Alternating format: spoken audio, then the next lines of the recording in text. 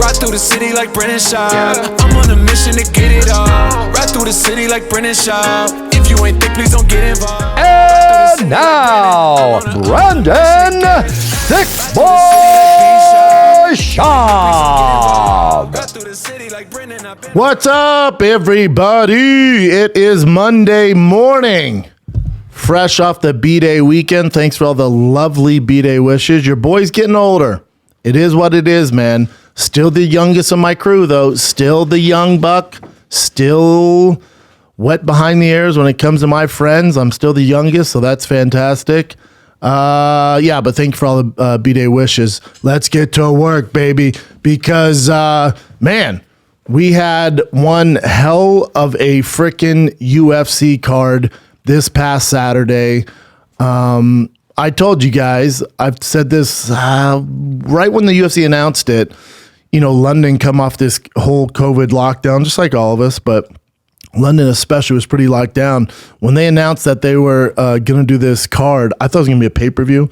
Thank God it wasn't, so everybody could watch it. But just the card from top to bottom, man, to me, as literally from the first fight on the prelims to the last fight on the main card with Tom Aspinall, it was the most stacked card from top to bottom. Maybe not the biggest names in North America, but as far as outside North America, dude, it's for European fighting, especially England, London, the UK in general, you had the who's who on this. You're missing Darren Till on there, but outside that, you had all the big boys on this card, and I was super excited for it, man. And what's interesting too is I didn't think this card got enough notoriety. I didn't see enough people talking about it. And I'm sure in London it was completely different, but out here, a lot of times I'll gauge a card kind of hype based off just casual people, whether I'm at a coffee shop or my friends or, dude, I'm talking nothing. I was surprised by it. Sometimes you can gauge a card's interest off the UFC when they post the hype videos or the countdowns or the breakdowns of the fight, or even on BT Sport with Bisbing and the boys on there who I think do the best job out there as far as covering fights, especially when it comes to the UK. But even their numbers weren't like gangbusters. I just couldn't understand it. And it was a big fight card because we did a Calabasas fight campaign for it. We really only do pay-per-views, man. That's what we do. But I was such kind of just so excited for this card, man, for a number of reasons. So excited. And if you missed out on it, I would go back and watch it. Not only would I watch the card from top to bottom, I'd watch the Calabasas fight companion as well. It was a grand old time with Jeff Dye and Chris D'Elia, who aren't, fight experts, but they really got into it, man. And I don't know how you couldn't. With, there's a reason Michael Bisping was undefeated on his home soil, man. I really think it's one of the rare places. I don't think there's anywhere else in the world that just feeds off the energy and the fan base and the whole history of the fight culture like they do in England, man. I just don't. And you can see the fighters when they walk out, they just kind of soak up all that craziness and they take it into the octagon. And, Dana gave every single person who got a finish a bonus. Every single person. Now, did they give my boy Jack Shore a bonus? They didn't, because he didn't get a finish, which is kind of robbery. It was a fantastic fight. Jack Shore will definitely be ranked in the top 15 now. Now that he wasn't before, it's insane. But shout out to Jack Shore. Completely, I thought, stole the show on the prelims. It just shows you how goddamn well-rounded Jack Shore is. He is so freaking talented. Hopefully, from now on, he's at least the main event on the prelims, but should definitely be on the main card. You got a real one at bantamweight in Jack Shore. Just a great dude, and skills are unreal, dude. Unreal. Then we get to the main card. Again, this O2 Arena, they blew the roof off this thing. They blew it off. Ja Herbert, obviously didn't go his way. He got knocked out pretty bad. But that knockout was bad, but really, for me, the card really started with Meatball, Molly McCann. She is a crowd favorite out there, training partner with Paddy, Pimblett. And so I don't know what they have in the water in their hometown with Paddy and Molly, but Jesus Christ, we need to bottle that energy up, that positivity, that energy, that, gift of the gab, just the happiness. If Fiji could just quit making water from the Fiji mountains and bottle the water up where Paddy and Molly are from, we would have a real business there. Because those two, man, I thought stole the show. And listen, I always like to give an MVP of the card. I don't know how you do it. And to be fair, that's why Dana gave everybody who got to finish a freaking bonus. It was just from start to finish, man. Gangbusters. I hope more people see what's going on here, man. But this was if you didn't know, now you know. It's a coming out party for England and the UK, man. They got some real talent out there. And, Molly Meatball, dude, a spinning back elbow, nutsos. Great knockout. Definitely top 5 knockout candidates of the year. Nutsos. You never see that. Women's flyweight, nuts. Her energy was contagious, man. So you go from that, the crowd's going nuts. She jumps in the crowd, very Jose Aldo style. She grabs Dana. She's doing her thing. You can't help but fall in love with Meatball. And also, Meatball, great name. We have a Meatball here. I think we should change his name after seeing Molly. Molly's the real Meatball. Mm-hmm. And you told me, Chin, on the campaign, they call her Meatball because she used to sell meatballs? I didn't say that. Someone else said that. Someone else said that? I said she used to work at Subway and she Something like that, came yeah. home smelling like meatballs. That's what it was. She used to make footlongs. And Something then like that. To be fair, like though, meatballs. when I was back in my fat days, I would go to Subway, and the only thing you get is that meatball. That meatball's so good there. I might get it today. Yeah. You might get today. Here's the thing, Casey. I like where your head's at. I like that. Is it real meat? Probably not. Probably right? not, but still Probably awesome. not. Still good. But whatever it is, because they got in trouble for their tuna. Remember, we found out. Like 0% tuna. Yeah, and then they're like, then Subway's trying to do damage control. They're like, oh, it's a false narrative. It's real tuna, and then like a real lab got it. It was like, no, it's not tuna. This is actually made out of plastic, so it's flavored plastic. Everybody, I mean, you go to Subway and get the tuna freaking melt or whatever. You're just playing with fire, man. There's a better place to get tuna.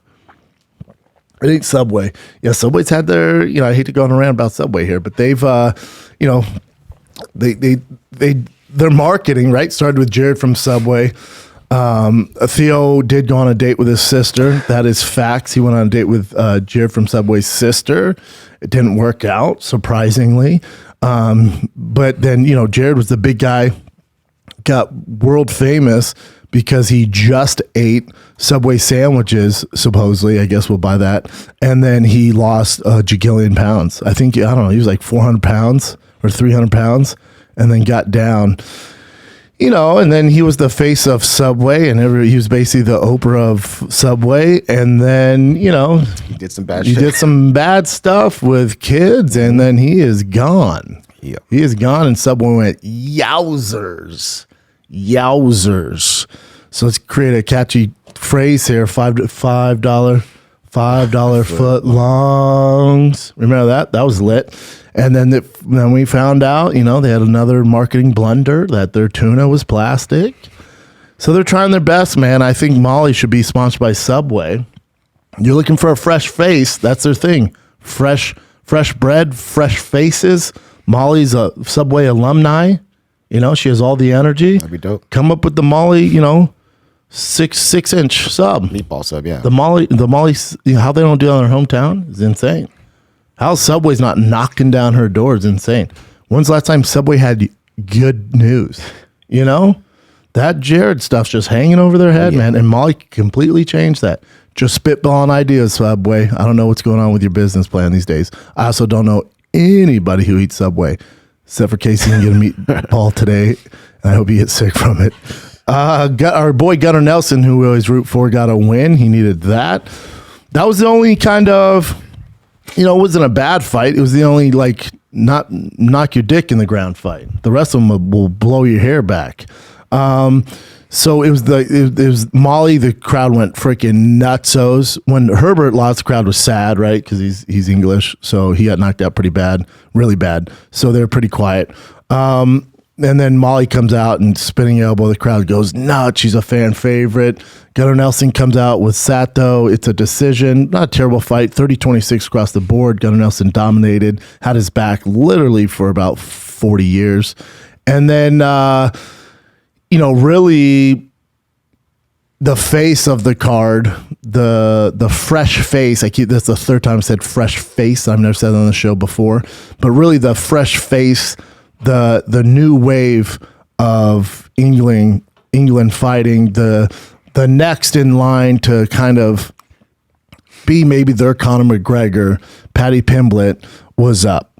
And, last week, if you listen to the show, I went, is the moment too big for him? And, he's the one, kind of X factor. Then also same with Tom Aspinall is, he's a COVID baby. He's been in mass. He's fought in front of 7 people, even though he's starching dudes. He's never felt that kind of real UFC jitters, debut. It is, no matter what, it can be stressful fighting the UFC, especially at the level of competition he's fighting. But still not the real deal Holyfield where it's in front of a crowd. Sure as hell not in front of a home crowd. O2 Arena, the roof blew off the goddamn place. Paddy's an interesting one. I should put some more thought into it as I was talking last week. What's interesting about Paddy is before he was in the UFC, he was a star. A massive, massive star. And the UFC's been trying to sign him for quite some time. And God bless this kid to have the wits to go, I'm not ready yet. I'm going to wait. But Paddy could have sold this thing out himself. That's what's so crazy. That being said, I still was worried about, fighting, at the O2 Arena, even though he's fought in big venues before and could sell this thing out himself. It's still not a UFC. And until you're in the UFC, it's just a different animal. Whether, he could sell out, the same arenas that Anthony Joshua's selling out, any of that stuff. That's all fine and dandy, but it's still not the UFC. It's just a different animal. And that was the one thing I was not worried, just had questions about. I was a little curious. So when Paddy walks out, you realize who the ultimate kind of alpha male is as far as star power goes on this card. And that arena was nutsos. And this kid, it shows, same when Conor was coming up, he just has that X factor where the moment can't get big enough for him. He thinks, this is exactly what he should be doing. He's in the exact situation, walking down the exact path that he planned for himself. And boy, is he fighting a top 10 guy? No. Should he be? No, absolutely not. But, at lightweight, which is stacked at 55, Vargas is no punk. It's not an easy road to get to the UFC. The guy's there, hits like a Mack truck. And, for Paddy, along with his first fight, he gets hit. He does get hit. It makes it more exciting, but the only kind of, if you're going to check, a negative on it is, in his 2 fights in the UFC, he's been hit. Mm-hmm. He has taken some hits, and that scares you a little bit. If you're going to compare him to Conor McGregor, I'll say stand-up's not as good and not as crisp as Conor McGregor's. Conor really wasn't getting hit, but Paddy would get hit. I think it's his style. I think, it's inexperience. I think he's excited, and it could be a problem, but his team, I'm sure, is realizing the same thing. Everybody listening to this show as well and saw the fight go, he gets hit, man, a little bit. If they keep, and it's like a video game. The next level gets harder. You're getting to a certain point where you can't get hit like that, but still early, still dominating, got the guy down. I think anybody that is a Paddy fan knew that this fight he was going to have a significant advantage on the ground, and it showed. As good as his striking is, and obviously landed that flying knee in his first fight and got the job done. But he's pretty special on the ground. It goes to the ground, guys are getting mopped up. So for him to get a finish, fighting O2 Arena, pretty big deal, man. I think people saw his star power, and when he gets done, he gets on the mic, he rips a pretty good promo, and he just has that Justin Bieber, that kind of thing that we want to watch, man. And there's a lot. It doesn't seem like it gets to him. Again, he checks all the boxes when it comes to marketing and skill set and all that stuff. So the UFC is going to attach that British rocket on his back that they did with Michael Bisping and see what happens. And if he was a stock, I would definitely invest. I obviously have my reservations as far as him getting hit a little bit. That's a little alarming, but it's also very exciting. But he's a special kid, man. There's a reason Barstool signed him to a 7-figure deal.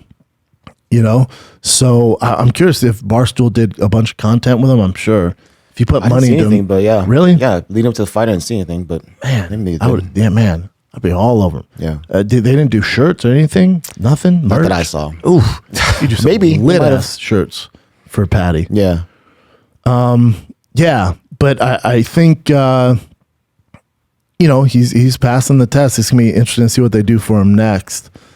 It's just where he's at. Then the UFC's gotten a lot better about this. Is with Sugar Sean O'Malley, and I think Dana said this in the post-fight press conference. He goes, it's similar with the Sugar Sean O'Malley kind of path there, where you don't want to just rush the guy to the front of the line, especially at 55, man. Especially at 55. Oh, there's a shirt, Paddy the Baddie shirt. Dave Portnoy, and that's a Barstool. Man, I might have to order that.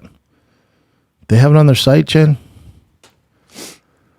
Yeah, because Barstool, they're smart. They're definitely smarter than me. They know what's going on as far as that stuff. You signed a guy a 7-figure deal. Paddy's Irish Pub.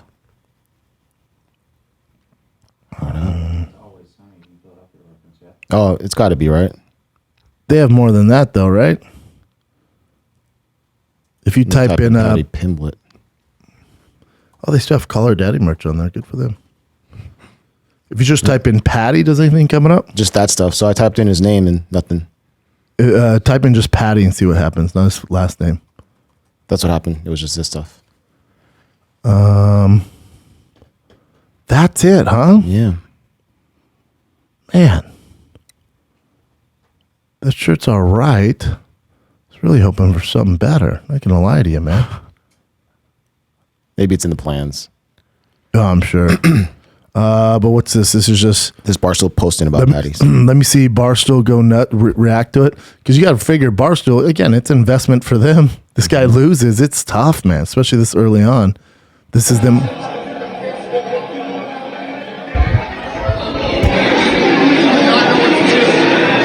That's Big Cat and Portnoy.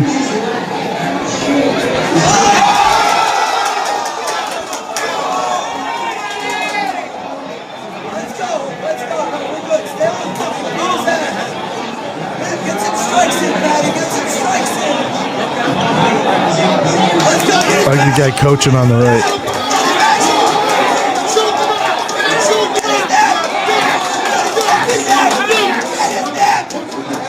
Dave's just like, he's probably like, dear God, please win. We got a bunch of money into this kid.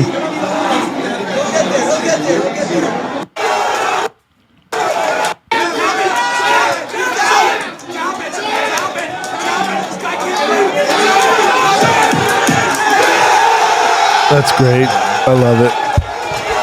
I love it. They're so crunking. Yeah, they act like he wasn't a minus 675 favorite, though. But when you got investment in there, fastest FaceTime of all time. Let me see that. Yeah, because Barstool and UFC are in cahoots together, so I'm sure the UFC let them know, like... Just a picture. This is the guy you want to ride with, Mm. I just did a picture just a of picture, it. Yeah. That's hilarious. That's great, man. Yeah, Paddy passed the test, blew the roof off of O2 Arena, and then, it's tough to give anybody MVP, but because there's a few, and that's the reason why Dana gave everybody the bonus. So Molly, Meatball, you had Paddy Pimblett, obviously deserves it, and then the co-main event, they had a tough gig, man, because you're following Paddy. All the energy went into the Paddy's performance. He jumps on the cage. Meatball jumped on the cage as well. She was all over the place. So the arena's going nuts, and then you got to reset. And then Arnold Allen and Dan Hooker walks out, And, it's a great fight, but there's just kind of, you can only rev it at so many RPMs for so long before you got to reset. And they reset. So Arnold Allen, Dan Hooker, if they would have, I think if this would have been anywhere else, I don't think Arnold Allen fights this way, but coming off the Paddy Pimblett fight, he had to put on a show, and he definitely put on a show. You're fighting Dan Hooker, and I was reading about Dan Hooker. He was saying how terrible the weight cut was. Saying it was awful. Said if I would have fought at 55 drunk, I would have had a better performance. He said the weight cut was absolutely horrendous. It's tough because Dan Hooker's one of my favorites. He's one of my favorite people. Great dad. He's had his issues coming from New Zealand, Australia, trying to get all these fights. He's been quarantined and away from his family, and he's kind of the down under Donald Cerrone, where he'll take any fight anytime, and even though he's flying 16 hours to the States, he'll show up and fight you. So, he's a fighter's fighter, man, and I love the guy, and he has skills. It's just, the 45 weight cut, they thought he was going to have a big advantage there, but Arnold Allen with his genetics and his family, being strongmen, shit like that, you're dealing with a different animal. He's also won 9 in a row now, dude, which is insane. So I get, Dan Hooker, obviously I think he's number 6 at lightweight, coming down to 45. I get all that. And also when you look at Hooker, he's not exactly known to blow your hair back as far as like put on crazy performances.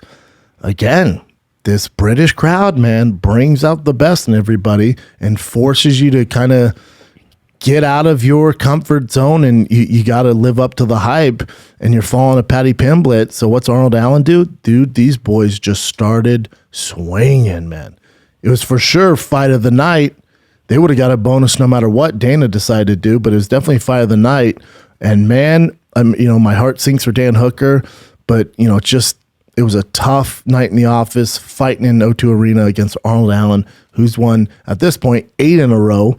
And also, I don't think Dan Hooker expected him to come out like this. It's not really in Arnold Allen's kind of DNA to fight like this. It's not. But God dang, that fight was nutsos. Nutsos. By far one of the best rounds of the year. By far one of the best rounds of the year. So Molly blows the roof off. Gunner, decision, all good, dominates. So you got Molly, the Meatball, McCann blowing the roof off. Subway's finest. Gunner does his thing. Then you have Paddy Pimblett does exactly what we all thought he was going to do. The main draw of the card, blows the fucking roof off. And then you're like, all right, there's going to be a letdown here. Then Arnold Allen goes, hold my Guinness, comes out, does the freaking thing, rocks the freaking arena. And then you're still not even at the main event yet. And you got Tom Aspinall versus Volkov, and Volkov is damn near impossible to finish. I think he has like 40 freaking fights. He's only been finished, I think, 3 times in his career. He's fought the who's who. I think by the night of the fight leading up to it, he was a slight underdog, which was kind of crazy to me. You're talking about a guy who went to decision with Cyril Gahn, beat freaking Alistair Overeem, beat Walt Harris, beat Fabricio Verdum, beat Roy Nelson, was a world champion, was a world champion in not only M1, but also Bellator. So you're talking about a real pedigree. You're talking about a real monster, man.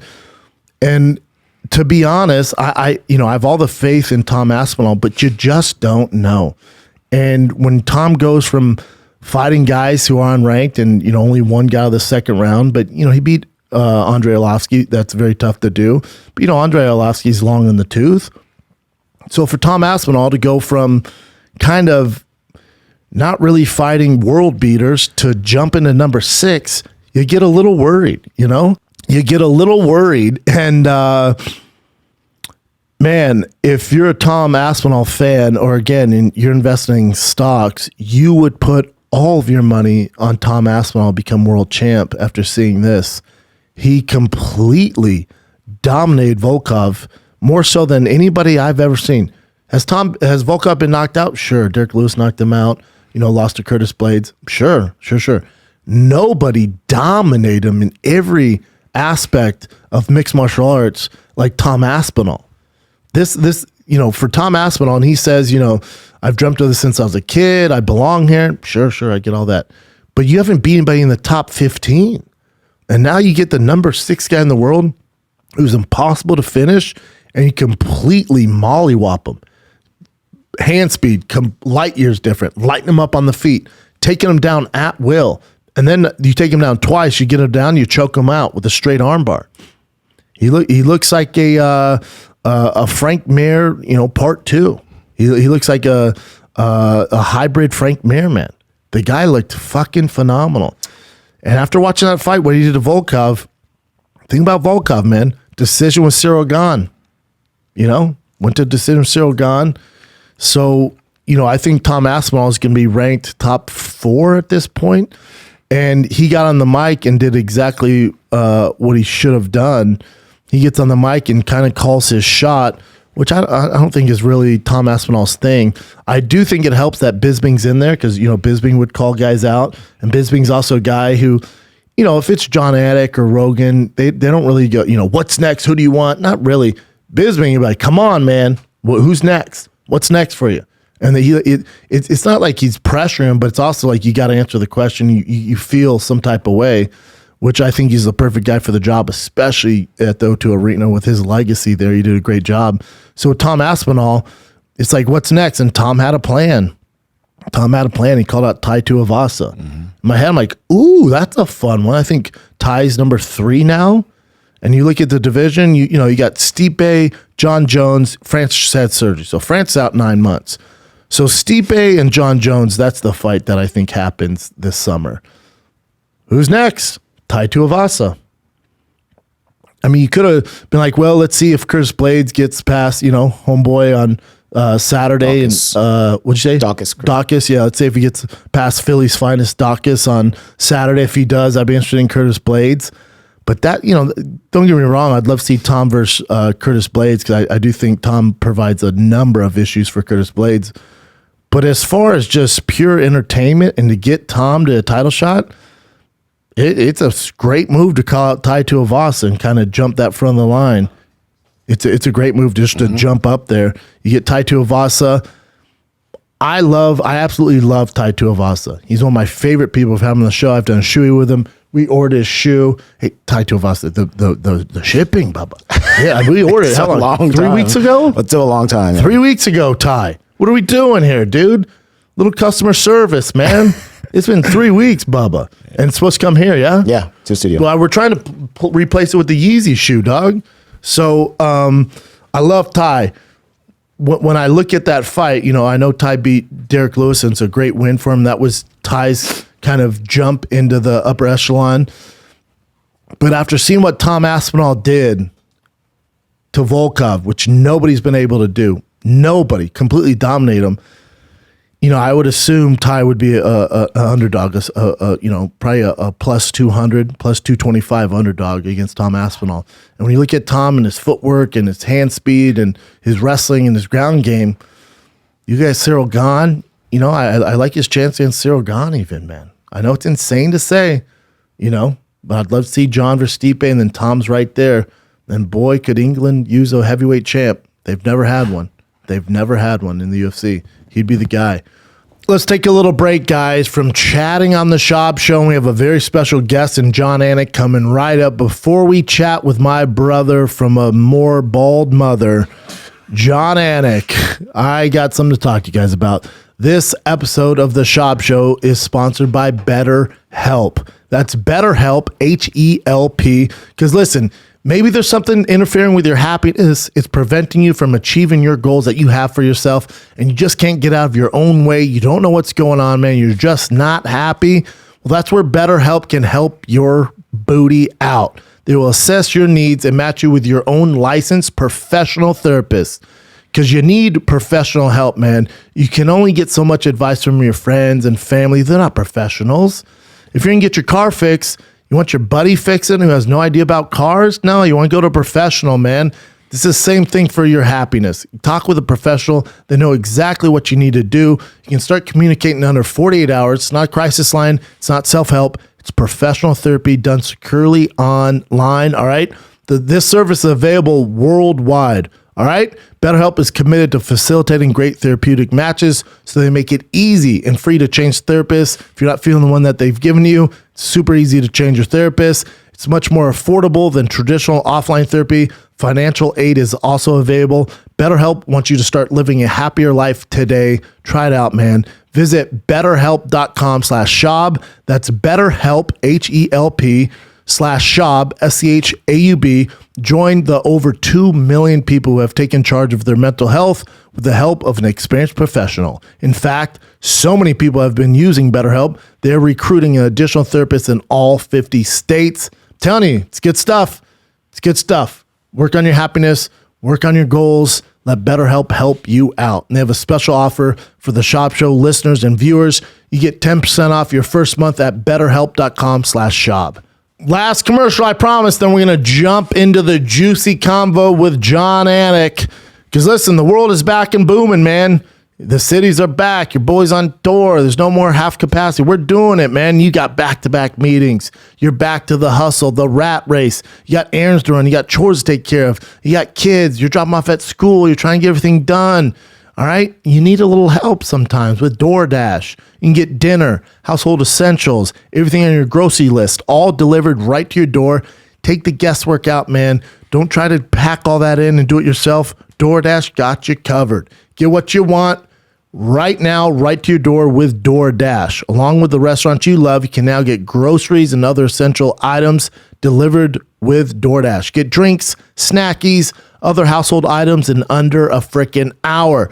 You're craving late night ice cream? All right. You forget that one key ingredient that was going to make this special dinner for your family? We got you, man. Maybe you just need to stock on up. We got you with DoorDash. Get everything in one app. With over 300,000 partners, you can support your neighborhood go-tos or choose from your favorite national restaurants like Popeyes, Chipotle, Cheesecake Factory. Ordering is easy, and your items will be left outside your door if you choose that, all right? For a limited time, the viewers and listeners of The Schaub Show can get 25% off and 0 delivery fees on your first order of $15 or more. When you download the DoorDash app, enter the code SCHAUBSHOW. That's 25% off up to a $10 value and 0 delivery fees on your first order. When you download the DoorDash app in the App Store, enter the code SCHAUBSHOW, SCHAUB, SHOW, Schaub Show. Don't forget that's code Schaub Show for 25% off your first order with DoorDash. Subject to change, terms apply. So now what we're going to do, I'm going to go ahead and get off the nuts of every English fighter in the UFC. Because we're calling my brother from another mother. He's 1/3 of the greatest combat sports analyst team in the world. There's Joe Rogan, there's Daniel Cormier, and then there's the man, the glue, there's Jon Anik. And we have UFC finest, one of the greatest commentators in the history of sports, Jon Anik, joining us right now. Now, let's get right into it, man. I assume because you're a fight head like me, you watched the UFC London fight night. Yes, absolutely. It's nice to have a little matinee here on the East Coast of the U.S., man. Those late night UFC fight nights with the 10 p.m. Eastern main card, forget about it. Tough.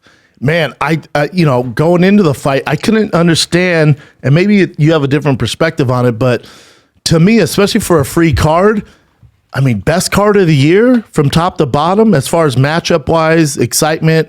You could have called a few fight of the nights on there. I called Arnold Allen and Dan Hooker the fight of the night, weeks prior.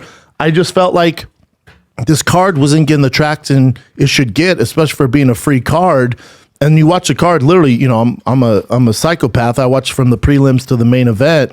Right. And gangbusters, man. That O2 Arena in London, first fight card, since the pandemic, and man, did it live up to the hype.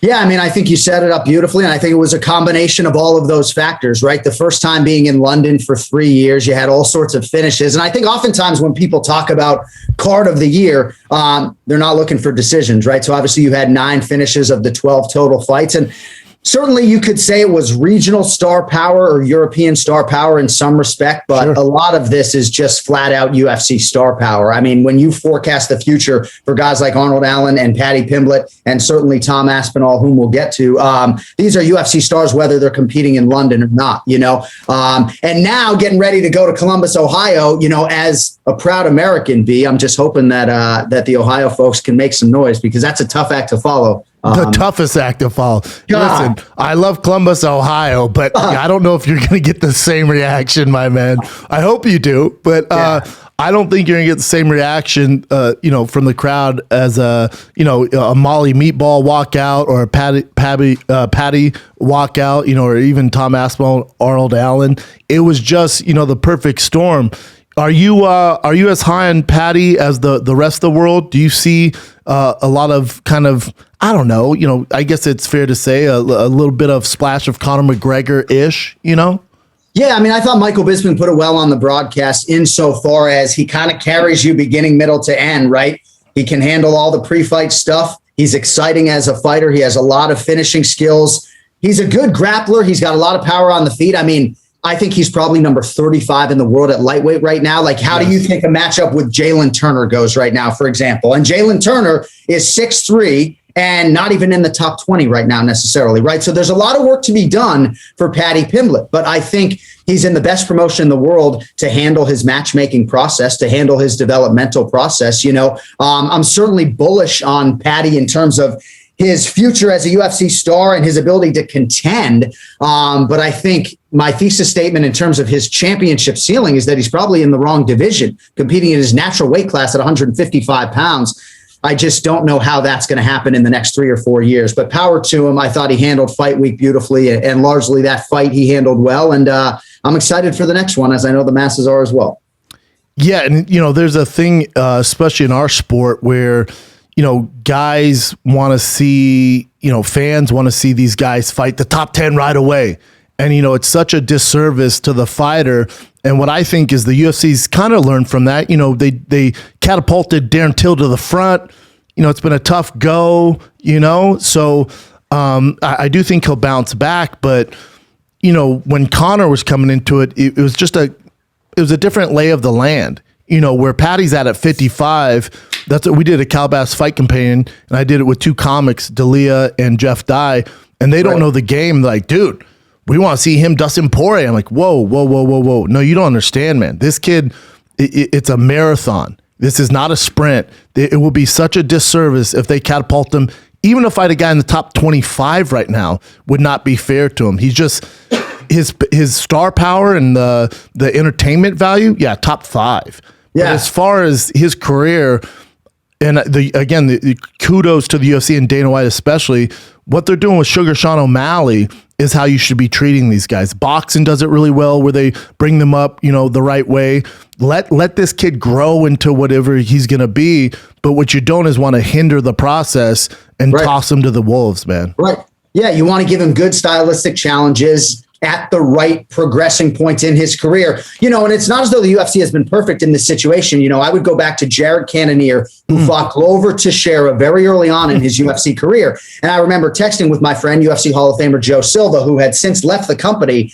And I believe he thought that was just way too soon to give Jared Cannonier Glover Teixeira. I could be mistaken, but I believe that was a Mick Maynard fight that was made. And how do you think Jared Cannonier would match up with Glover Teixeira today? Now, granted, they're in different divisions, but I think a lot more favorably. Cannonier just wasn't ready for that type of challenge. So I do think thus far they've done a good job with Paddy. Candidly, as an MMA fan, there's certainly going to be a big segment of our fan base that roots against Paddy Pimblett. I would have liked to have seen more resistance from Kazula Vargas on the ground. So I'm hoping that whoever is next puts up a more formidable challenge, candidly, than Vargas did against Paddy Pimblett this weekend. But, I think a Jim Miller fight, maybe 1 or 2 down the line. I love that. There are things they can do with Paddy Pimblett, but he ain't a featherweight. Let's be clear. He's competing at 155 pounds, and most of the guys are bigger or stronger, And to get to even to the top 10 at 155, you're walking through fire, my man. It is hands down the deepest, most competitive division, all of mixed martial arts.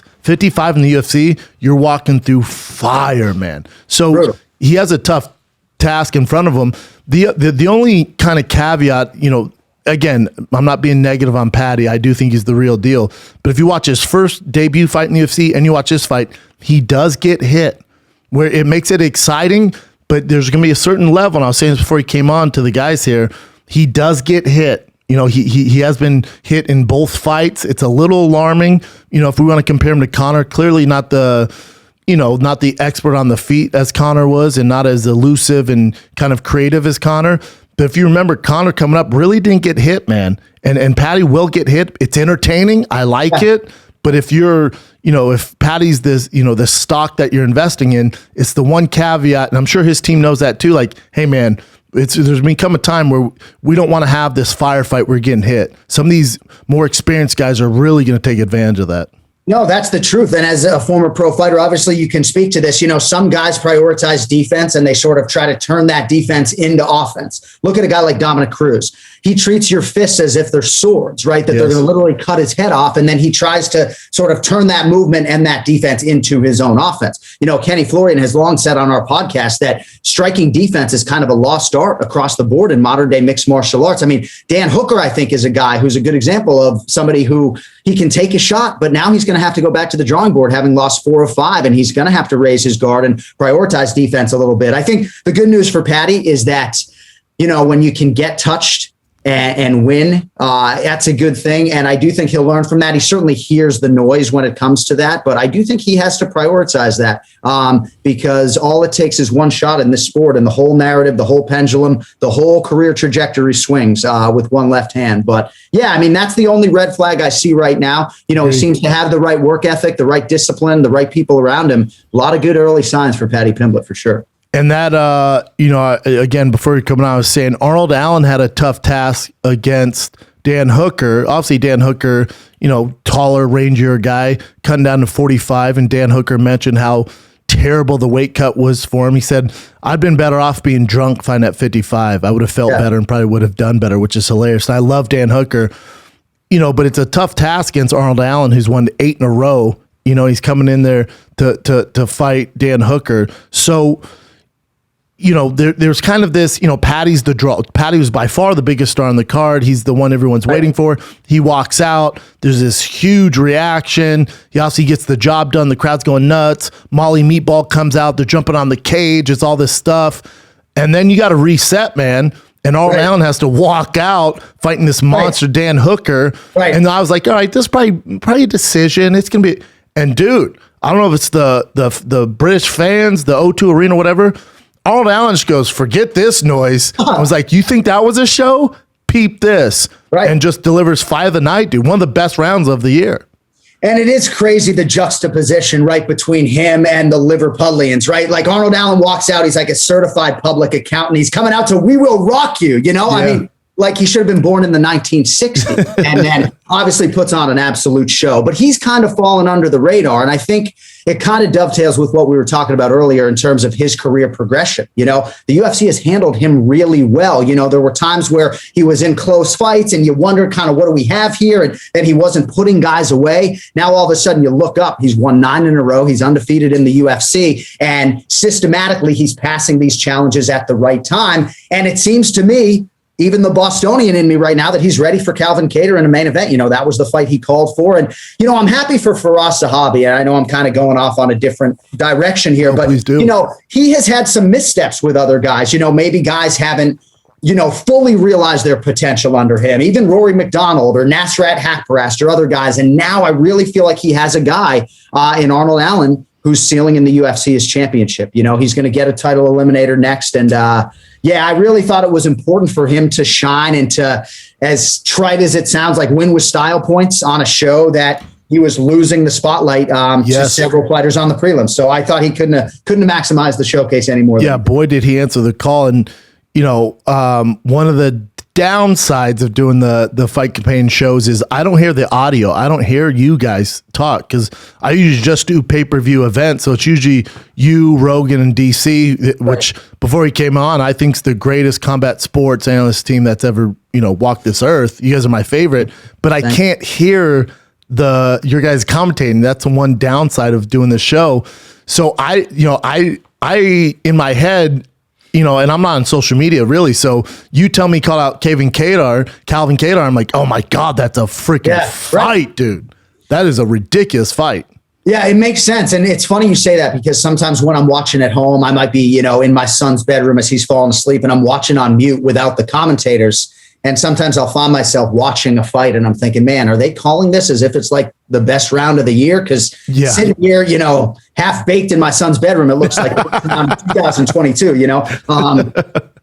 But yeah, man, I think it's a good time for the featherweight division. Josh Emmett is lurking as well. He's a little bit long in the tooth and has had a lot of injuries. So I would like to kind of see him get fast tracked. But Calvin Kattar doesn't have a fight. The belt in this division is going to be on the line here in a couple weeks. But, Arnold Allen is going to factor prominently in this mix. And candidly, when you got a nation behind you, that's not going to hurt his cause in terms of getting big fights. No, not at all. And then we'll get off this UFC London card's nuts after this. But the main event, Tom Aspinall, going in this fight, it's always tough. There's a time when, there's pretenders and contenders. And for Tom Aspinall, one fight went out of the first round. He went early in the second round, knocked the guy out in one of his previous fights.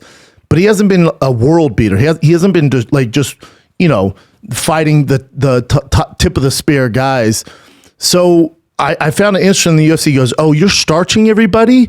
Here's Volkov, who's really only been finished 3 times in his career, former M1 world champion, Bellator world champion.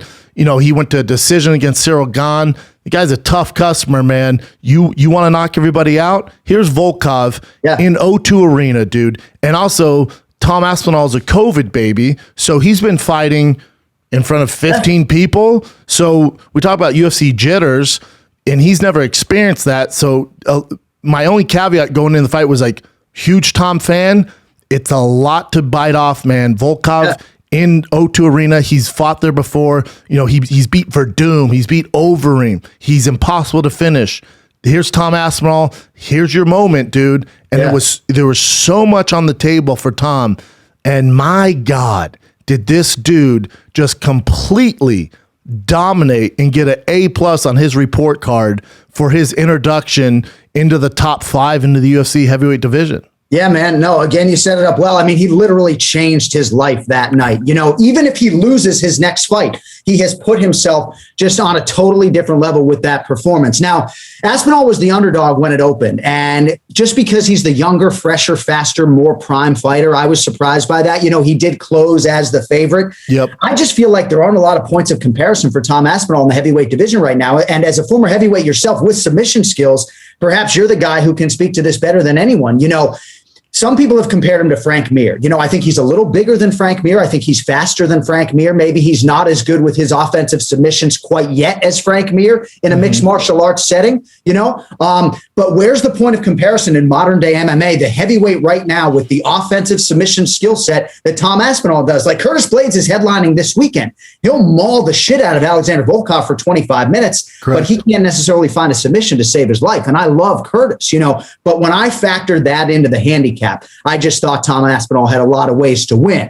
But how was he going to deal with the pressure, the stress of the moment? I think for him, in my last fighter meeting with him, it was more like a curiosity about how he would handle the pressure than it was an anxiety. But he was so excited to compete in front of fans, and I thought he handled everything beautifully. But now I think that Tom Aspinall can be a UFC champion. You really know the way that he passed this test. I think he can and probably will be a champion in the next 3 years. I agree. Yeah, I co-sign on that. When the fight kicked off, I was like, I was telling my guys, I'm like, it's a tough fight for Aspinall, man. I'm rooting for him. I want him to win. I picked him to win, but it's a tough go.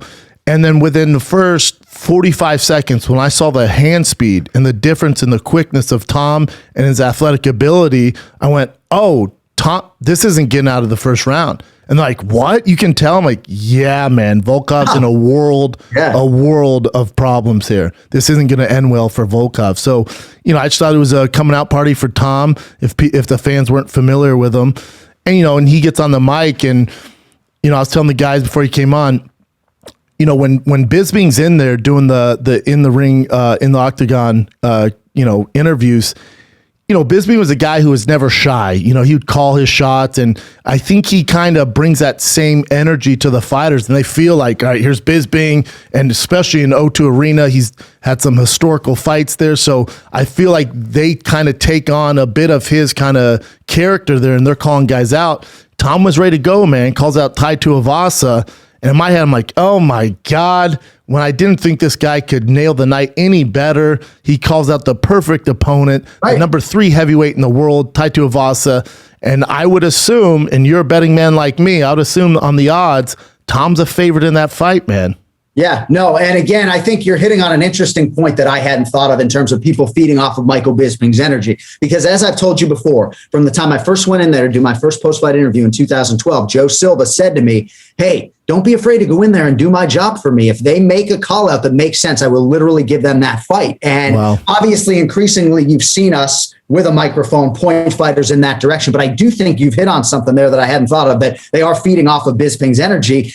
And when you look at Tom Aspinall's number 11 in the world, like you're right, Tuivasa makes all the sense in the world. He's number 3. So for Tai, obviously, it's giving an opportunity to a guy outside the top 10. But I do think Aspinall would be favored. And not unlike guys like Islam Makhachev and Khamzat Chimaev, I don't care what number's next to Tom Aspinall's name. How many heavyweights are you taking right now? Seriously, this isn't hyperbole. Like, how many heavyweights are you taking right now over Tom Aspinall if you need a guy to go beat Francis Ngannou? Agree. There aren't that many. I can assure you, if you're giving me any welterweight in the world right now to beat Kamaru Usman, I'm sending Khamzat Chimaev in there, despite the fact that there are 8 guys ranked above him. So if you're telling me, John, to save a dog's life, you could have one heavyweight to go fight Ngannou and beat him. Who are you sending in there? It's either fucking Stipe or Tom Aspinall. Agree. Or Jon Jones. Right. Right. Yeah, I keep forgetting about Johnny Bones because he hasn't competed, but you're absolutely right. No, I'm with you, man. Yeah, I'm high on Tom now. I don't know who beats him. I would favor him over Cyril Gane, which is, I know, a little bit crazy to say, but after seeing his performance, he has all the skills to get it done, man. That's the fight I want to see. Aspinall. Yeah, me too. And I also think it's smart on Aspinall's kind of process because, Curtis Blaydes, like you said, fights this weekend. Stylistically, out of all the top 5 guys, Curtis Blaydes, to me, it's not the most exciting matchup. It's probably the toughest matchup for Tom. So if we can just leapfrog that and go straight to Tai Tuivasa, who's 3rd, all right, let's deal with that, when the time comes. But if we can get that Tai Tuivasa fight, it's a fan favorite fight. And then once you beat him, now you have some more chips in your corner to go, all right, I want to fight the winner of Stipe John, Yeah. It's perfect. No, I mean, an Aspinall Tuivasa headliner makes all the sense in the world. And one thing I will say about Curtis Blaydes, who's 31 years old and headlining this coming weekend, he's not in any great rush in terms of the championship. And I know you have a lot of connections with his team. But he'll fight Tom Aspinall. Like, Curtis Blaydes will fight everybody. Of that, I can assure you. Yes. And I just would like to see Blaydes have this unabashed championship focus the way Aspinall does, Agreed. And when Curtis has that, he's one of the best in the world. So I'm excited to see him on Thursday and see where he's at. Yeah, he's a tough dude to figure out, tough dude to beat. It's very rare he loses. When he does, it's a Francis or something. He gets clipped, but if he doesn't get clipped, it's a rough night in the office against Curtis Blaydes, man. It's just a rough night in the office. Speaking of heavyweight, I had Chael on here 2 weeks ago, and we were talking about the heavyweight division. And, we both said it makes complete sense to do Jon Jones Stipe on that big July card, the International Fight Week. That makes all the sense in the world. You have any kind of, I don't even want to say prediction, but if Jon and Stipe were to fight, what's your thoughts on that? It's a fascinating fight. I think size-wise, they would be pretty comparable, but Jon Jones would come in the bigger man. Who knows with Stipe in terms of where he would be at, right? We've seen him come in closer to 230 of late. Obviously, his leanest version was the one he presented the last time out against Daniel Cormier, but he's fought once a year. So who knows how he would approach physically the Jon Jones fight. But I love the matchup. I know much of our fan base is kind of against interim titles, but I think given the fact that Ngannou is likely to miss the rest of the year, throw an interim belt on Stipe and Jon. Tuivasa and Aspinall can compete on that card as well, which sets you up in a little backup situation. I mean, Cyril Gane is lurking, but I think that Stipe would open as a betting favorite against Jon, but it's a pick 'em fight to me. I could be off on that. I think if Stipe were to open like plus 140, he would get bet down close to even money. I think it's a pick 'em fight, and I'm glad I wouldn't have to make a prediction.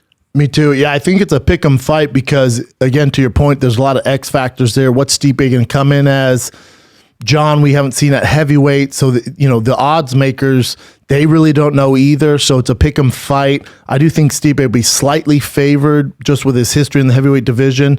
But Chael was saying he spoke to Stipe's wife, and Stipe has put on, 15 pounds of muscle? Like he's big right now. So he's used this entire time just to kind of put on this lean muscle to be a heavier guy, which to me can go one of two ways. Sometimes, all right, cool, man, you'll be a harder puncher. But anytime you put on more weight, you're going to be slower, which I think is one of slower, and your stamina. I don't care how you get it done, put on muscle.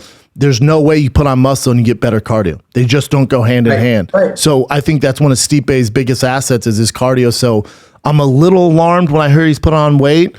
But he knows what's best for him. I know Jon's put on weight too, which if I was in his camp, I wouldn't suggest it. I think his tools and his assets at heavyweight come from his length, his speed, his creativity. If he wants to get, I think he was trying to get to 280, 260 pounds. It's like, well, now you're making it more even for yourself. Right. Now you're going to try to go toe to toe with these real heavyweights, and you're going to be slower. To make a lot of sense to me. So. Right.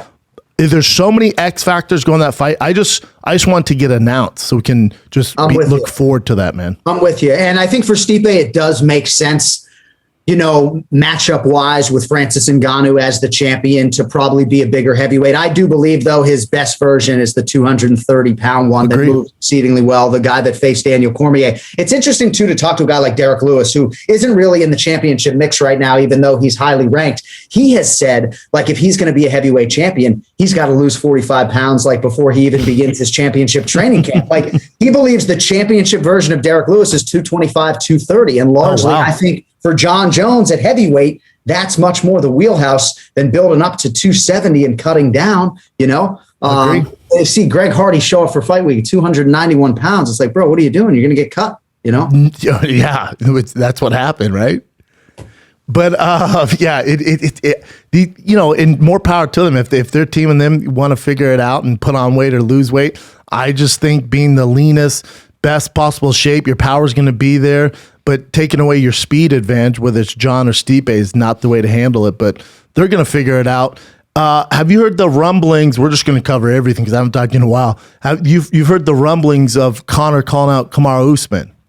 Yes. What's your thoughts on that? Because my initial thing was, all right, Conor calls out everybody, right? He calls out everyone. We're used to that. And then when Dana was like, I'm not opposed to it. And then in my head, obviously Conor is the biggest star we've ever had in mixed martial arts. So when he says something, there's definitely some gravity towards it. He's definitely pulled off the Floyd Mayweather fight, and he hasn't won a fight in quite some time. But when he does come back, and he's put on this muscle. I'm sure you've seen him on Instagram, stuff like that. He again, another guy's put on muscle. The days of 145 are gone. That's never happening. So at 55. And he said, I'll take the winner of Charles Oliveira versus Justin Gaethje. In my head, I'm like, yeah, they could do that. With the Kamaru Usman, the more I sit on it, the more I kind of chew on it. I'm like, yeah, that'd be kind of cool. Especially for Kamaru Usman. It's like, he's going to fight Leon Edwards, and Leon Edwards deserves it, and more power to him, and no one's earned it more than Leon Edwards. But if Kamaru to get past that, for Kamaru, it's kind of like these super fights make sense. This Conor is a super fight, and for Kamaru, he also, you saw him call Canelo, which is insane, but, I see what he's doing there. It's a money play. But Kamaru versus Conor, yeah, sign me up, man. Sign me up. Well, I will say about Dana, and I know he was criticized for even giving the Charles Oliveira-Conor McGregor fight any legs, but largely Dana does believe in a meritocracy. And in a perfect world, the number one contender would be the guy challenging for the belt. But there are a lot of different factors. Let's take Charles Oliveira before I get to Kamaru, right? If he beats Justin Gaethje, right, after what he did to Dustin Poirier and Michael Chandler, would Charles Oliveira not be able to call his shot and ask for the seven-figure payday that comes with fighting Conor McGregor. I guess on the Kamaru Usman side for me, if Khamzat Chimaev is able to get past Gilbert Burns and Kamaru Usman is able to get through Leon Edwards, Usman and Chimaev is the fight to make. And I think competitively, I would think that would be an itch that Kamaru Usman would want to scratch. But yes, you hit on a lot of truths, even if they're inconvenient truths, about Conor McGregor and his star power and the payday that Kamaru Usman would realize. I just think for Conor to wrap his head around like a 12-week commitment down to 155 pounds to fight Charles Oliveira is not what he wants to do at this stage of his life. Agree 100%. So, I also think too, if the purist out there, I'm like, no, we have a ranking system for a reason, and the number one contender should be fighting for the championship. I get all that, but if you're a fan of whoever that champion is, and you want them to get that fuck you money, Conor is the only guy who gets him to that point. So I'm a Kamaru fan, so I want him to make more money than God, and that's why even the Canelo fight, terrible fight for him, dude. Right. Awful. What? Right. Canelo's in his prime. To me, the pound for pound best in the fucking world. He would absolutely mop the floor with Kamaru. I hope it happens so he gets generational wealth. Right. When it comes to Conor, it's like, I hope that happens so Kamaru gets this huge payday. That's why I want it. And I know the purists are like, well, there's so many contenders. I get all that, man. But Kamaru's put in the work where he deserves this type of fight. Right. And he's beat most of the contenders, right? And certainly there's some segment of the fan base that still feels like Khamzat Chimaev has things to prove. Even if he beats Gilbert Burns and takes his number 2 ranking, there are going to be people who think he needs one more win. Largely, I agree with you. And a guy like Charles Oliveira, too, he does so much good with the money, right? That how would you not like that? So they say to Charles, Hunter says, all right, Charles, you can fight Islam Makhachev or Conor McGregor. I mean, come on, It's a no-brainer, man. And I know fans get upset, but it's also a business, because if you're Dana White and you're sitting around on Monday's marketing meeting and we're in the business of selling pay-per-views and selling fights, it's like Makhachev, or Conor McGregor. As much as I love Makhachev, I do think he's going to be champ for a long time. His time will come, but right now, let's squeeze as much green juice as we can out of Conor, whether it's at 55 or 70. I don't care, but let's make one of these fights happen, even if it's for a world championship. And I'll just say this, right? My former boss, Bellator CEO Bjorn Rebney, right, in 2009 when he launched Bellator, right? And Bjorn at that time was like the biggest UFC fan I had ever met in my life. I didn't know that. He loved mixed martial arts. But his number one goal was just to try to take sort of that promotional component out of it and make it a meritocracy and make it a bracket. And it's just so much easier said than done. It really is. And it's still entertainment. Yes, at the end of the day, it is. And I do think that by and large, the UFC does a great job giving the most deserving guys those opportunities. But gosh, there's so many factors, like even the calendar, right? Like even just the calendar for Usman and Edwards, like everything has to align. And if it doesn't, sometimes to stay relevant, you need to take a fight. And candidly, I think for Conor, he's going to have to take a fight because the welterweight championship is not going to be the one that gets presented. Yep, agree. Are you as high on Khamzat as the rest of the world? Dude, when I say that I've been on Khamzat's hairy Dagestani nut for quite some time, bro, I mean, you that dude scares me, man. He's become like this mythical creature. Like Darren Till's training with him, and Chael said he watched him train at the AP, in Vegas at the UFC Institute, and he's like, dude, I'm telling you, man, these stories. And his coach told me this. In Sweden, he goes, we've never seen him lose a round. I go, yeah, but don't you have like Latifi and Gustafsson? He goes, yeah, he's never lost a round. What? Well, right. What? But like, what are you supposed to think, right? When you hear that he tosses Ilir Latifi, who's competing at heavyweight this weekend, on his head, when Khamzat's now fighting Gilbert Burns, who, I mean, I work with Gilbert Burns' coaches down here at the Institute of Human Performance. They say he's as strong as he's ever been. It's like a lightweight fighting a light heavyweight, right? Yeah. Like, I mean, Gilbert Burns is a fucking dog, man, and it wouldn't necessarily surprise me to see him drag Khamzat into deep water, but I am all chips to the center of the table on Khamzat, and I've seen him fight live several times, right? So I think I'm even like more all about it, and more trying to fast track him, I said going into 2021 that my dream fight for that year in any weight class was Khamzat Chimaev against Colby Covington. And It's still a dream fight for me. But But I don't know. I really, really can't wait till we get to April 9th to truly see how Khamzat does against an elite welterweight with respect to Li Jingliang. That's the thing, right? It's like, can we not shit all over Li Jingliang and Gerald Meerschaert, right? I mean, come on. April 9th, we're getting clarity, though. We're getting so much clarity, and I think it's going to relieve some of the, the hate that Khamzat gets from the pure stuff like that.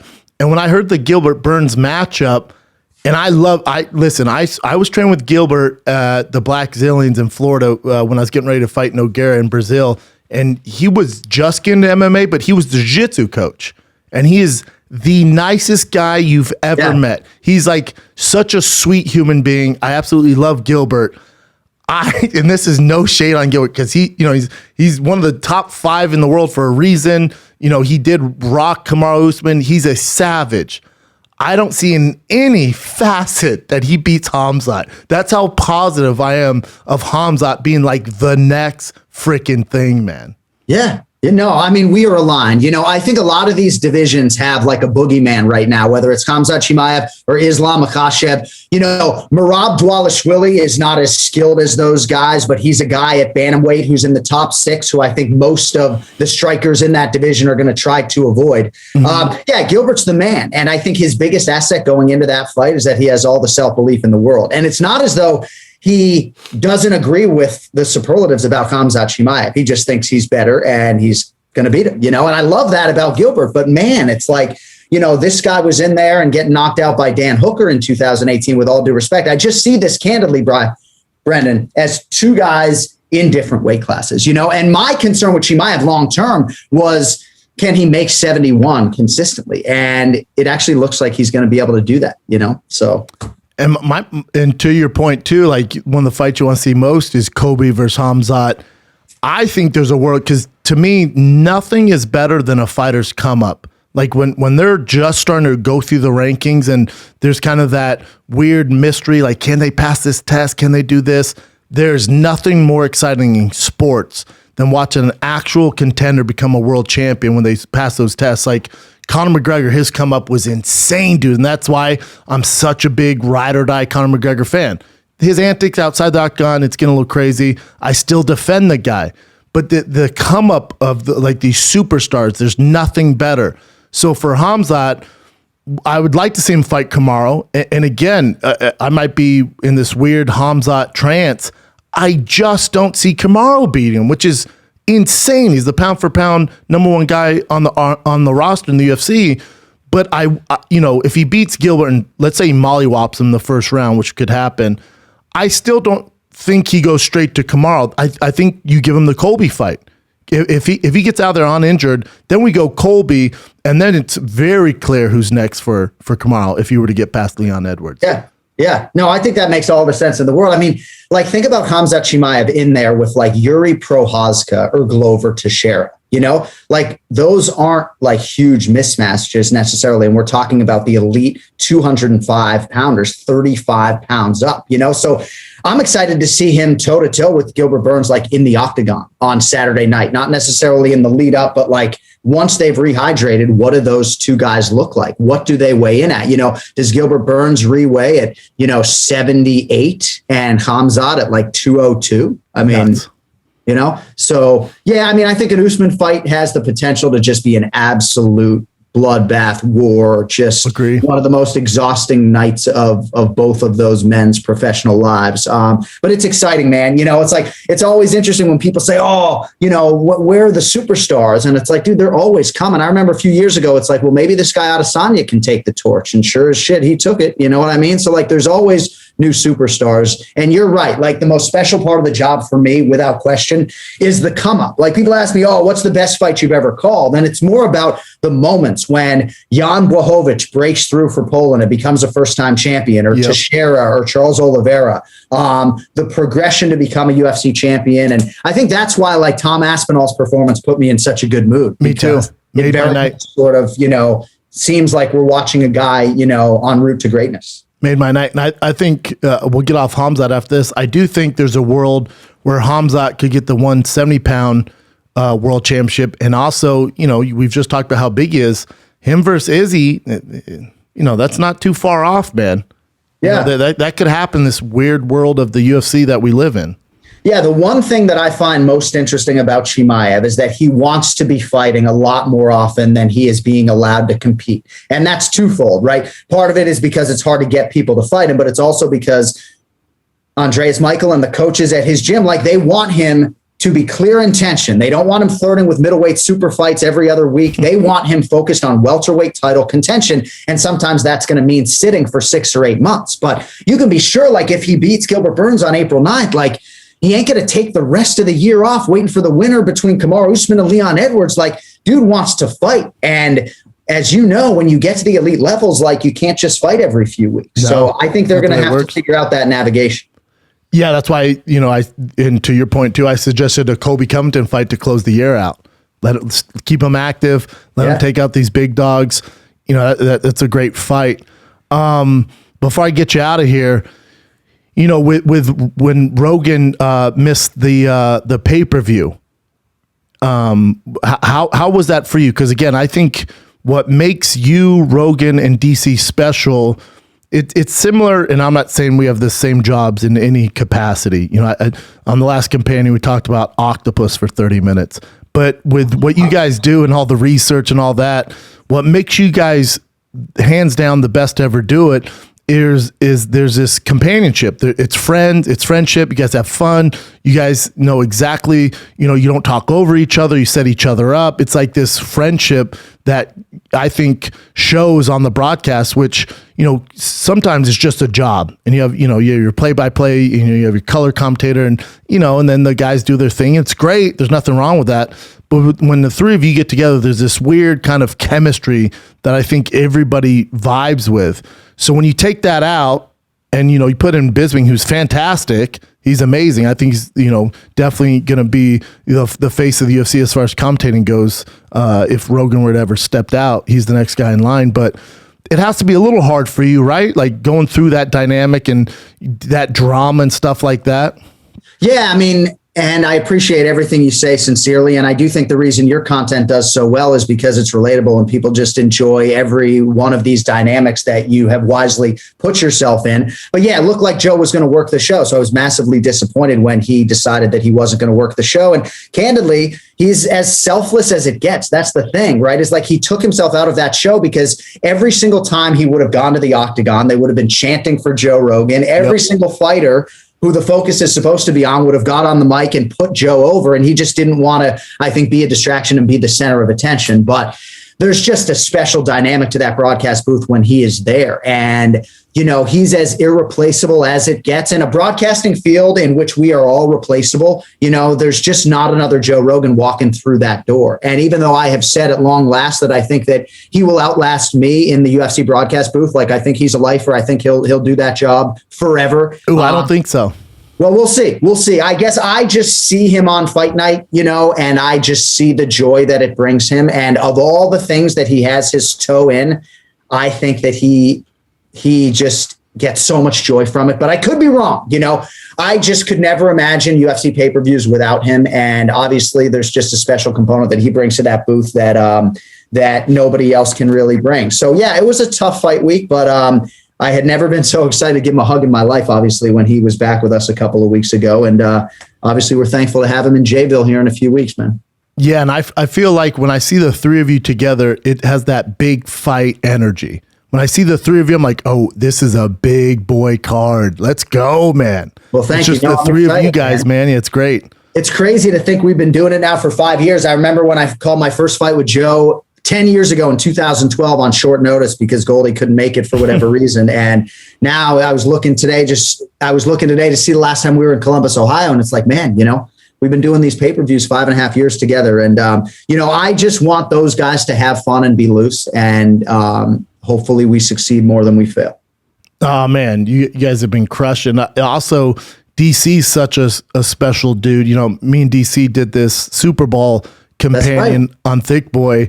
And, me and DC have been friends for years, man, and training partners. And we have all these stories, but, we haven't seen each other for a long time. Sure as hell haven't worked together.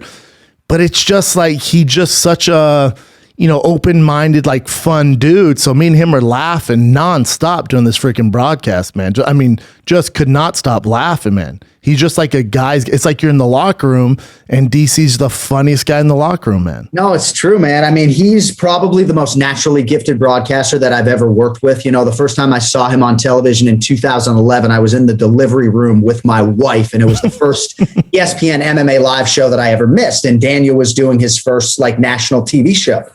And I was like, yeah, I mean, his suit is like 5 sizes too big, but this is really tough. Like, he just was great. And he is great. And candidly, for me, he's my brother. Like, and I'm sure you can relate to this. Like, we're not always like this, right? Like, there are times where we have gotten into fights and had disagreements, but I love him like a brother, and I just can't help but smile and be happy when I'm around him. You know, like, he just has this energy that is indescribable. And I know I talk about Rogan in these glorifying special terms, but DC's really right there, man. I mean, when he's not in the booth, we miss that too. Like, you feel that lack of Cormier presence when he's not there. No, you guys are the UFC Rat Pack. You know, you can't. It's not the pack if one's missing, man. You know, we need the 3 of you together for it to be a big event. Before I get you out of here, tell the fans why they should tune into this fight night in Columbus on Saturday. I mean, solid main event, you know, but it's not, you know, you look at the card from top to bottom, and I know you work for the UFC, you know, it's not going to blow your hair back, you know, so.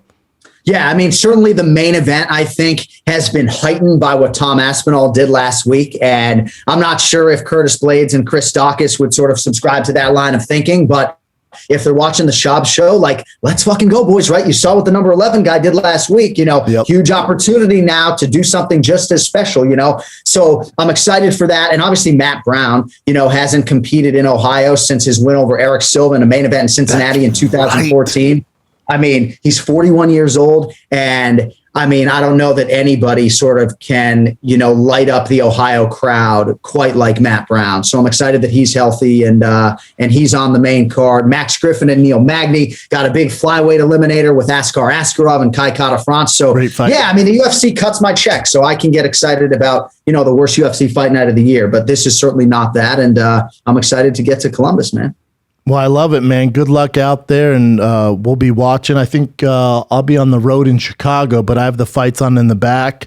And yeah, man, you know, I love you, man. And your schedule's busier than mine, man. So I'm always like, hey, come do a food truck or get on a companion. But you're busy, man. You got kiddos, but we got to figure some way to get you out here, get you on a food truck or a fight companion, man.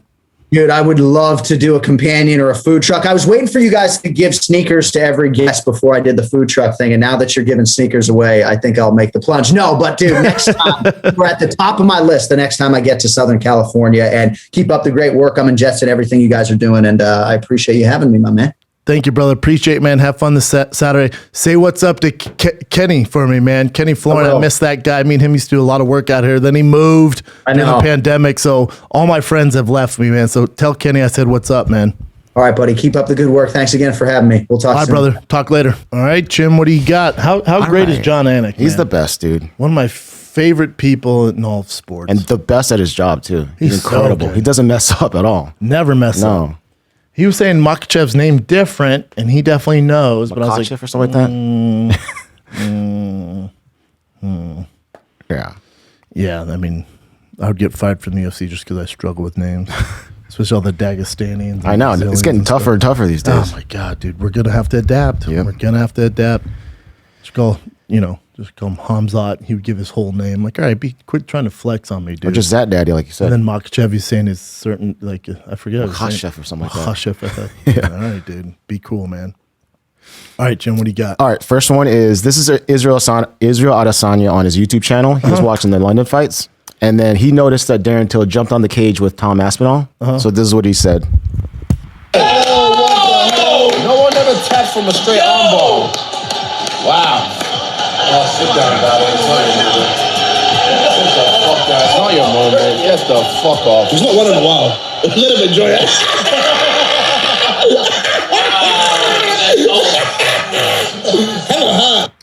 So he's basically clowning him for jumping on the cage with Tom. So then Darren Till responded as well. Till seems to have taken offense to the special part where they laugh, say he hasn't won in a while, let him enjoy it. And he put, at Stylebender, you idiot. Tom Aspinall asked me to get on the cage with him. Keep looking down on me for my losses, brother. It's all good. I'll be here one day. You watch. You haven't looked the best either in your last few fights. Staph cocaine is not healthy for fighters. Interesting. Yeah. Never heard that rumor, but Yeah, I don't. Yeah, that's not Izzy's thing. yeah. Darren Till likes to talk a lot of shit. So it's just. Seems like he's getting a little better now, but we'll see. Yeah, well, I think it's tough because if you're not winning, the shit talk. Of course. Yeah. This I thought was interesting because Khamzat. Remember, you told that story when Khamzat flew to freaking Ireland to beat up Conor. So now he's asking Conor if he wants to train with him. I love that. Yeah, he's just creating a whole freaking crew with him. Yeah, and obviously Jeff Dye and Chris D'Elia don't know UFC very well, but on the fight campaign, Jeff Dye said this. He goes, "Man, if I'm Conor McGregor, I'd take Khamzat under my wing, man, or like a Paddy Pimblett under my wing, and like, hey, let's let me show you, and like, let me help you." He's like, that makes sense because like Khamzat and Conor never fight. That's never happened. There's no threat there. So it'd be cool if Connor's just a different animal, though. I don't think he's gonna go there to maybe a train, but it's just a different animal. Yeah.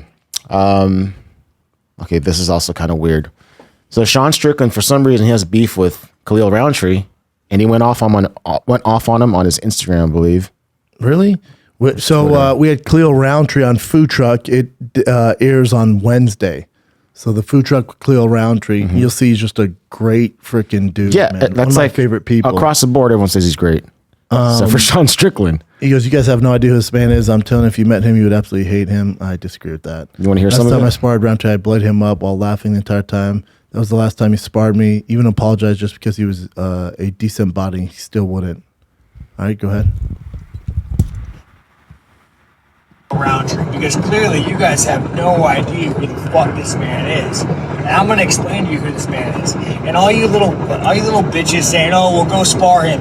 You guys understand that we used to train at the same gym, and I would have loved to use him as a body. I only got the opportunity once, and then he would avoid me like the plague. I wanted to. I tried to. But anyways, back to why you guys have no idea who the fuck Khalil Rountree is. There's this chick, dude, big girl, big, tall, little thick, dude, a little bit too thick for me, but 20 pounds lighter, she looked like a fucking supermodel. Anyways, amazing, sweet girl.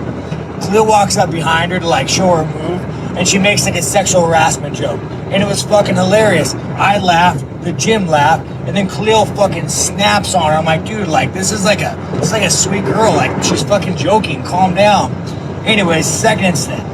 We're all training. I'm giving everybody a speech about like when you're on the mat, you need to go to the best motherfucker, try to take his head, take his spot. And I looked and I pointed at Khalil and I was like, and if I see you guys going fucking Rountree, I know you're being a bunch of pussies because he's the softest guy on the mat. Anyways, guy fucking storms off the gym, gets a little emotional. Or like the third time. Actually, the third time might have been a little fucked up. He had this ex-girlfriend once, and I joked. I was like, Khalil, I hate on her too, and you were the better man, But it was funny. It was like me and you were boys, It was like camaraderie. And he goes to the UFC and fucking complains. Like this man is a cunt. You guys have no concept who he is. You can pause it. I mean, none of that stuff shows that Khalil's a bad guy. It's funny when he says that. That's why. It's just like you're kind of a douche. Yeah. It was a hard take. Yeah. Only got 45,000 views. Mm-hmm. Yeah, fighters are gonna fight. It's what can you do? I like Sean Strickland and I like Khalil, but I know Khalil way better than Sean Strickland. Khalil's a good dude. Yeah, great guy. I mean, everyone thinks so. Okay, so this is just Chael Sonnen's opinion that Adesanya needs to fight Colby Covington and go up to 85. Mm-hmm. I think he needs to go up to 85. Look, Colby has called out 3 guys in the last 2 weeks. He, of course, called out Kamaru Usman. He called out Israel. He called out Dustin Poirier. Now, you've got to understand the one thing those 3 guys have in common is they're all world champions. They're hard call-outs by Chaos. Who's obviously a number 1 contender, does not get a fight for a championship. It's a tough spot. So he's saying, look, I'm even willing to leave the division. Let me take this goal and take it off number 1 contender. Let me cash it in at 185. Quite frankly, nobody needs Colby as bad as Izzy. I don't know if Israel is aware of that yet, but he's trying to fight people that aren't doing their job in the media, that aren't bringing the attention, that aren't helping the brand and making the marquee fight as big as it could be. I think if Izzy stood back and saw what Colby has to offer, that's going to be a partner that he would like to do business with. Agree? Agree. Yeah, there's not much that's going to get you up for an Izzy fight right now. It's not because of Izzy. You just need a formidable opponent. Like Jose Aldo forever was the king of the division. Really didn't get his notoriety to fought Conor McGregor. So not that Izzy needs more notoriety, but I think to really get the casuals to rally around and pay money to really make a difference for his fight, Colby Covington could be that guy. He's your Huckleberry. Yeah, that'd be a cool fight to watch too. So just a quick one. Francis Ngannou got his surgery. It was successful. It's out nine weeks? 9 months. 9 months. Yeah, that's 9 months. Yeah, rematch, Rose Namajunas versus Carla Esparza for UFC 274. Okay. Carla won last time. Yep. And Rose be a slight favorite in that fight. Now, this is, I don't know if this is a joke or not, but Piotr Jan says that Sean O'Malley will be in his corner. That's awesome. His guys can't make it because of travel stuff. Yeah, that's cool. I dig that. And he asked Henry Cejudo as well. So you're just going for a celebrity monster MMA corner. And that's Sean saying he wants taking to. my sugar Sean. Hilarious. Yeah. I love that.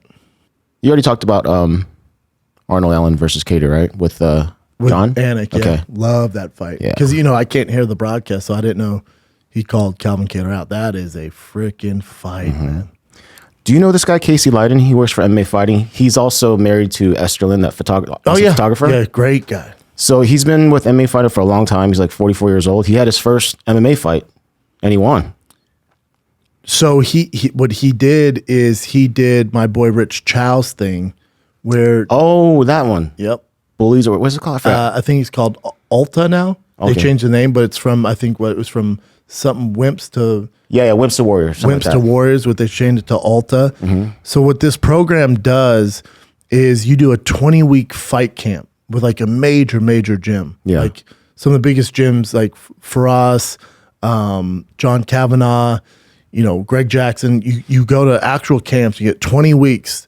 You don't have to have any prior knowledge of fighting, and they mold you in 20 weeks. You do a real camp, like an actual professional MMA fighter for 20 weeks. And then 20 weeks, you don't have to, but if you want, you can take a smoker where you fight another person with the same experience. Yeah. That's pretty cool. It's pretty cool, man. And you get to kind of check that off the bucket list that you got to go through a training camp and take on a fight, and it's pretty cool, man. He won. Esther's husband won. Yeah, as a journalist too. That's cool. He's an MMA journalist, so he actually stepped into whatever that is. Yeah, more power to him, man. Good for him. Yeah, and his wife Esther's amazing. Yeah, one of the most talented we've ever seen.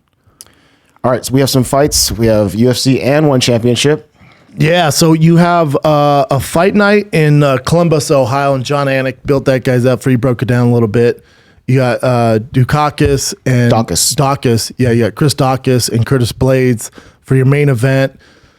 Chris coming off the knockout of Derek Lewis, and then obviously Curtis Blaydes is just one of those guys. He's always going to be floating around the top 5 for as long as he's fighting. Askarov versus Kai Kara France, probably your best fight on the card, on the lineup. You look at it. Latifi, Olenik's fun. My boy Neil Magny, Max Griffin. How Neil Magny's not on the main card is nutsos to me, but it is what it is. Neil Magny was hoping to take the Khamzat fight, but Khamzat got Gilbert Burns. A nice fight in Max Griffin, which is a great fight. Matt Brown versus our boy Brian Barberina. That's a great fight. Matt Brown, I'm sure he's going to blow the roof off, the Ohio fan base there. It's a good card. Compared to the Fight Night London, not the same vibes. But, whether it's Bellator, UFC, whatever you watch, nobody has a better card than One Championship this weekend. One Championship has a hell of a card for you guys. It's this Saturday, March 26th. For people in North America, it will be available at 1 a.m. Eastern time on pay-per-view. But I'm telling you, this card is stacked from top to bottom. I have a really special interest in it because one of my boys, John Wayne Parr, it's his last fight. It's a Muay Thai Legends fight. I'm praying to God he wins this fight. If he wins this fight, it'd be his 100th win, I think, Chip. Is that right? Yep. John Wayne Parr, man, one of the best to ever do it. You met him in Australia. Incredible dude. The nicest guy ever, man. Just a walking legend, man. So it's his send-off fight. So that's really why I want to focus on this card. You also got two people that we talk, I would say, a lot about throughout the history of, whether it's the Big Brown Breakdown or Below the Belt or the Schaub Show or Fight Companions with Rogan or Fight Companions in general that I do now, Cowboys Fight Companion. You got I think, the most stylish, best-looking body in mixed martial arts, Sexy Yama, doing the freaking thing. I say Angela Lee, but no, sir. Sexy Yama, you know my vibes, dude. You got Sexy Yama with just that golden skin, dude. He is Jack City. So you got the MMA Japanese Legends fight against Aoki, who is obviously basically an anaconda disguised as a small Japanese man.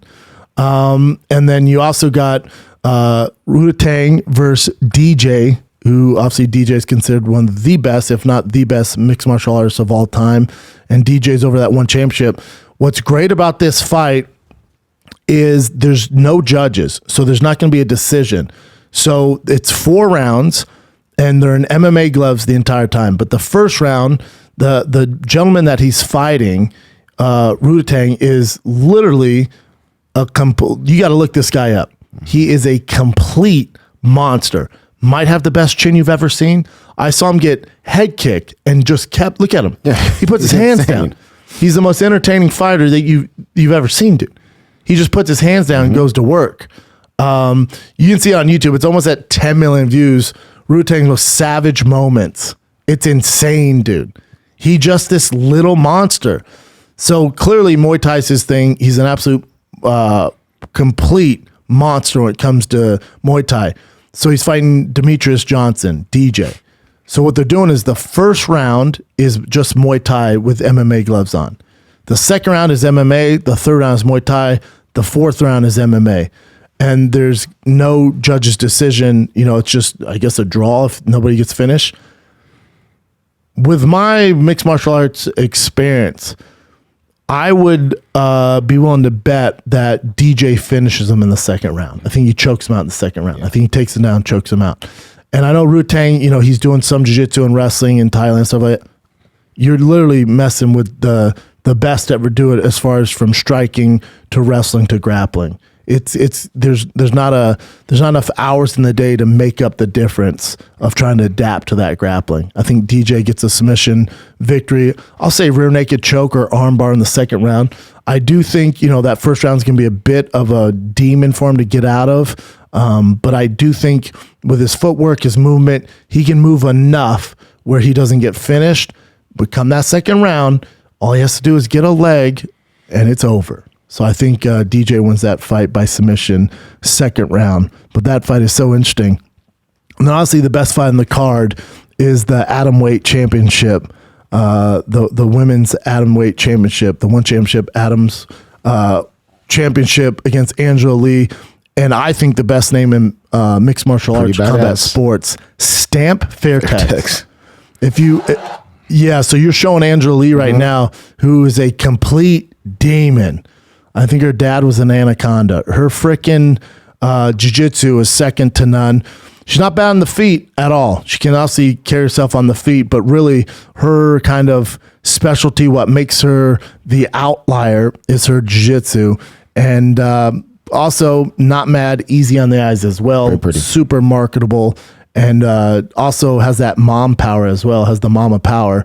Her husband, I think, is also a fighter, but also her brother also fights. And her sister. The whole family fights. Yeah. But she is a complete badass, man. But when she's going against Stamp, and what's interesting about Stamp won the Grand Prix to earn this title shot. But, Stamp's background is Muay Thai. She's also pretty damn good at jiu-jitsu, too. When you watch Angela Lee's fights, she has a tremendous chin. She's fought world championship boxers before. She's taken crazy punches, and just keeps doing the damn thing. Finally gets them down and submits them. So I think she's gonna definitely, Stamp's gonna have an advantage on the feet with her Muay Thai. But again, I think it's only a matter of time. And Stamp's young. She has, she's gonna be your champion. But I just think Angela Lee is too much right now for her, because Stamp will go to the ground, and she's won some pretty big competitions as far as jiu-jitsu goes, But Angela is just an outlier, man. When it comes to the ground, she's trained with Aoki. She's a freaking badass, man. Her transitions, she's super creative like Aoki. If something's there, she's going to take it. It's hard to train for that type of ground game, man. She's very creative, super, super creative. And then you guys always forget she has that mama power, man. Mm-hmm. So that's going down Saturday, March 26th, One Championship. My boy, freaking John Wayne Parr on his freaking retirement fight. 100 fights if he wins this bad boy. 100 fights. Then you have the Japanese legends, Aoki versus Sexyama. Sexyama, best body in the history of mixed martial arts. And then you got DJ versus Rodtang doing the special fight, 4 rounds, MMA gloves. 1 round's Muay Thai. Sorry, 2 rounds are going to be Muay Thai. 2 rounds are going to be MMA. I think DJ gets it done. And then my favorite fight on the card, the women headline this thing, Angela Lee versus Stamp Fairtex. And I think Angela Lee gets it done via submission. So I will take Angela Lee via submission. I will take DJ via submission. And then I will also take my boy John Wayne Parr, getting it done via KO, TKO, however you want to see fit there. And then Aoki Sexyama is an interesting one because when you watch Sexyama just kind of doing his thing, he'll do some commentating stuff. I don't know who his stylist is, but Jesus Christ, dude, just a dime piece, man. Just a straight up dime piece. There we go. Look at him. Look at him, dude. Look at that watch. I don't know what that is. The thing filled with water? I don't know what it's. He's representing that watch company though, but he's very stylish, man. Oh my God, best fashion in MMA, dude. Best fashion. Like, dude, usually when you wear that many bracelets, unless you're Chris Angel, I say it's frowned upon. But Sexyama can pull it off. Literally do whatever he wants. Yeah, he's distractingly good looking. Distractingly, dude. And do you want to talk about his lats, Daddy, and his lower back? Don't get me started. And his golden skin. Oh, man. Look at this. There you go. Look at him, dude. What is happening right now? And his hair, like that silver hair, wispy, dime piece. Tough fight against Aoki. He's definitely longer in the tooth there. Very tough fight against Aoki to not get submitted. But I'm not going to pick against my boy Sexyama. It ain't happening. Is he going to win? I wouldn't put money on it, but I'm not betting against him. But there you have it. That's One Championship. It's going down this Saturday. By far the best freaking card of the weekend. I mean, it's the best card in a long time as well. No matter what organization that you watch, One Championship is delivering some real entertaining stuff right now, man. So again, that is Saturday, March 26th, available on pay-per-view. Starts at 1 a.m. Eastern. So what is that, 10 p.m. Pacific? Not sure. It's on pay-per-view. But again, you got Angela Lee, you got Stamp Fairtex, best name in combat sports. You got Rodtang, DJ, the pound for pound, top 2 greatest of all time. And again, you got Aoki and Sexyama.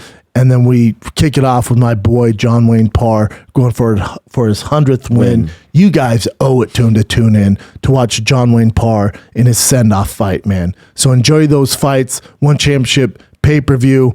It's at 1 a.m. Eastern. Go watch it. It's a hell of a card, man. It's a hell of a card. Is that it, Chin? That's it. I will be in frickin' Chicago this week. I'm Chicago. Please send your recommendations for deep dish pizza. Even though I won't eat it, the rest of the team will, but I will watch them eat it. I get just as much joy watching people eat it. No, I will probably try it out. But that's this Thursday, Friday, Saturday, Chicago. It's actually Schaumburg Improv right outside Chicago. But go get your tickets right now, Chicago. I got the flyest outfit you've seen for Chicago. I get this ridiculous jacket for you guys, Cubs inspired. That is March 24th through 26th. That's this week, Thursday, Friday, Saturday. Before I head off to Chicago, this Wednesday is Schaub and Friends at the Hollywood Improv. One show, one night only, 8 p.m. We got Chris D'Elia, Jeff Dye, Brian Callen, Chappelle Lacey, and a very special guest. You know how we do. This will be our 7th sold-out show in a row. So, LA, come get some at the Hollywood Improv this Wednesday, 8 p.m., one show only. But Chicago, you're up this week, Thursday, Friday, Saturday. Then after that, April 14th through the 16th, I'm at Stand Up Live in Phoenix, Arizona. And then Austin, Texas is, I guess, mid-end of April. Austin, Texas. Your boy is one of the headliners for the Moon Tower Comedy Festival, which is a very big deal for your friend here, man. I work very hard in stand-up, and for them to invite me to be a headliner is a big deal. So that's a special weekend for me. That's April 22nd and April 23rd at Cap City in Austin, Texas, the new Cap City. They've redone it, new ownership, brand new place. It's going to be lit. That thing will sell out any day now. We're already halfway sold out. So go get tickets right now. thickboy.com or fatkz.com. That's the Moon Tower Comedy Festival in Austin, Texas. Also that same week, I have a huge announcement that I will announce very soon here. So LA, you're up Wednesday. Chicago, Thursday, Friday, Saturday. Thick Mutter is April 9th at 10:30 a.m. We have a 5K and a 15K to offer you guys. So if you don't want to go through the whole 15K, do the 5K. Guarantee you whatever physical shape you're in, you can finish both of them. If you go to toughmutter.com, sign up for the 10:30 a.m. Thick Mutter. If you use the promo code ThickBoy, you get 10% off, which actually is a lot of money off to run that race. And if you're looking, if you order now, you can still get the Thick Mutter shirt just in time. It's literally just for this Thick Mutter event, April 9th. Go to thickboy.com. We just dropped new shirts and hoodies there as well.